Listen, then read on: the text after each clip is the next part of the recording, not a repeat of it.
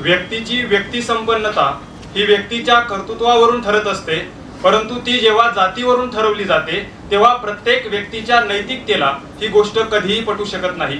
परंतु प्रत्येक व्यक्तीमध्ये खोलवर रुजलेल्या जातीला ही अमानुषतेची वागणूक आपसूक पटेल. म्हणून समाजामध्ये जब्या नावाची पात्र ही तयार होत राहतात आणि समाजाने लादलेल्या प्रथा, परंपरा आणि जातीयतेच्या बंधनामध्ये विरून जातात. मग जब्यासारखी मुलं ही संघर्ष करत वर येतात आणि पुन्हा परिस्थितीशी झगडत संपून जातात. हे चक्रव्यूह समाजाच्या सामाजिक पटलावरती अजूनही सतत चालू आहे आणि ते चक्रव्यूह भेदण्यासाठी या व्यासपीठाला विषय मिळतो. नमस्कार, मी प्रताप मोहिनी जयपाल पवार आपल्या समोर विषय मांडतोय. आम्ही फॅन्ड्रीतला जब्यात तंतोतंत जगलेली मुलं आहोत. मग साहित्याच्या अनुषंगानं जर हा विषय 1990 मध्ये आला असता तर 1990 मध्ये आनंद यादवांचं झोंबी हे आत्मकथन गाजलं होतं. त्यावेळेस प्रत्येक ग्रामीण भागामधल्या तरुणाला वाटायचं की मीच त्याच्यामधला तो आनंद आहे. किंवा लक्ष्मण मानेंचं उपरा हे आत्मकथन आलं होतं, त्यावेळेस प्रत्येकाला वाटायचं की त्याच्यामधला मीच तो लक्ष्मण आहे.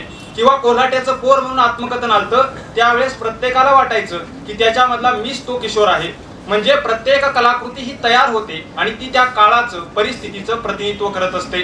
आणि मग त्याच पद्धतीनं कार्ल मार्क्सच्या सिद्धांतानुसार स्थळ, काळ आणि वेळेनुसार ती कलाकृती त्या परिस्थितीचं प्रतिनिधित्व करत असते. मग लोकमान्य टिळकांनी त्याच काळात का म्हटलं की स्वराज्य माझा जन्मसिद्ध हक्क आहे, किंवा त्याच वेळेस का दांडी यात्रा निघाली, कारण ती त्या परिस्थितीचं, काळाचं प्रतिनिधित्व करत होती.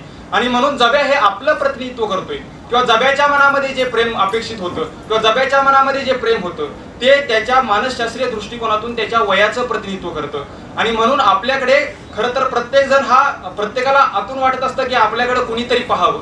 आणि 16 वर्षाच्या मुलाच्या ज्या वेळेस ओठांवरती मिसूर फुटू लागतो त्यावेळेस त्याला आतून वाटतं की आपल्याकडे कुणीतरी पाहावं. आणि आपली जी शिक्षण व्यवस्था आहे ती सहशिक्षण व्यवस्था आहे, म्हणजे मुलं मुली एकत्र, आणि मग त्यातून शारीरिक आणि मानसिक विकास होणं अपेक्षित असतं. आणि म्हणून प्रत्येक तरुणाला वाटतं की आपल्याकडे कुणीतरी पाहावं. आणि प्रेम ही एक जागतिक भावना आहे. मग वर्तमानातही फॅन्ड्रीतल्या जब्यासारखं जीवन जगणारी असंख्य मुलं ही आपल्या आजूबाजूला दिसतात.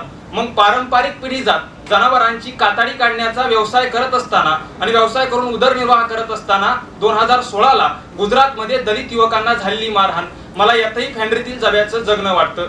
त्याच पद्धतीनं समाजात जब्याच्या जगण्याचा प्रकर्षाने दिसणारा परिणाम म्हणजे त्याच्यामध्ये समाजात चालत आलेली सामाजिक कमतरता, आर्थिक गरिबी आणि फॅन्ड्रीतील जब्याच्या जगण्याचा किंवा तुटपुंजा आर्थिक उदरनिर्वाहाची साधनं उपलब्ध करून देणारा व्यवसाय, आणि या सगळ्यांचा परिपाक म्हणजे फॅन्ड्रीतील जब्याचं जगणं वाट्याला येतं. मग त्याच पद्धतीनं समाजाचा वास्तवाचा भाग म्हणजे की ओसाड महाराणांवरून प्राण्यांची शिकार करीत हिंडताना किंवा नदीत मासेमारी करीत हिंडताना शिक्षणापासून वंचित राहिलेली मुलं, एका ठराविक वर्गापर्यंत शिकून मोलमजुरीच्या कामाधंद्याला लागणारी मुलं, आणि त्याच पद्धतीनं तुटपुंजा आर्थिक साधनांच्या जोरावरती जमेल तेवढं शिक्षण घेऊन एका ठराविक किंवा एक आकडी वर्गापर्यंत जाऊन लग्न होऊन माहेरी जाणाऱ्या मुली, मला हेही फॅन्ड्रीतील जब्याच्या जगण्याशी संलग्न असलेले मुद्दे वाटतात.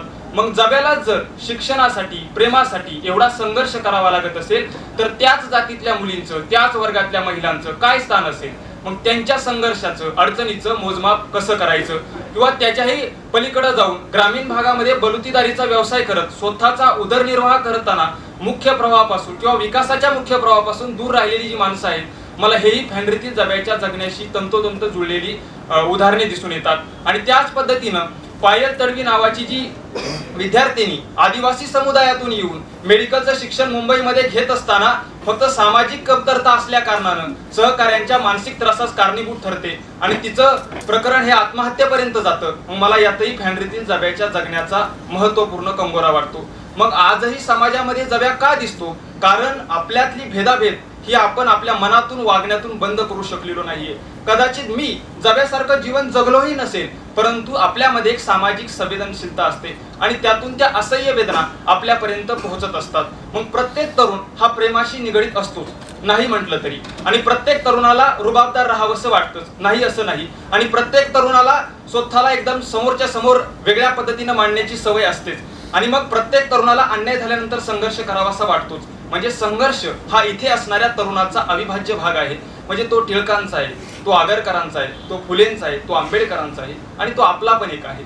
आणि त्याचाच एक भाग जब्या आहे. म्हणजे जब्याचा शेवटचा संघर्ष हा आपलाच एक भाग आहे. मग जब्या फक्त शेवटी दगड वापरतो तर कुणी शब्द वापरतो. आणि म्हणून या सगळ्या गोष्टी समजून घेत असताना व्यक्तीची व्यक्तिमत्व आणि प्रत्येक विद्यार्थ्याचं व्यक्ती संपन्नता ही समजून घेतली पाहिजे. समाजामध्ये जगत असताना प्रत्येकाला अडचणी येत असतात, परंतु त्या पूर्णपणे समजून घेऊन त्याच्यामध्ये एक वेगळी असा विचार मांडला गेला पाहिजे की ज्याच्यामधून प्रत्येक विद्यार्थ्याचा प्रश्न हा सुटला जाईल. आणि म्हणून मला शेवटी नागराज मंजुळेंची कविता सांगावीशी वाटते की माझ्या हाती नसती लेखणी तर असती छन्नी, सतार, बासरी किंवा कुंचला. माझ्या हाती नसती लेखणी तर असती छन्नी, सतार, बासरी किंवा कुंचला. आणि मी कशानेही उपसत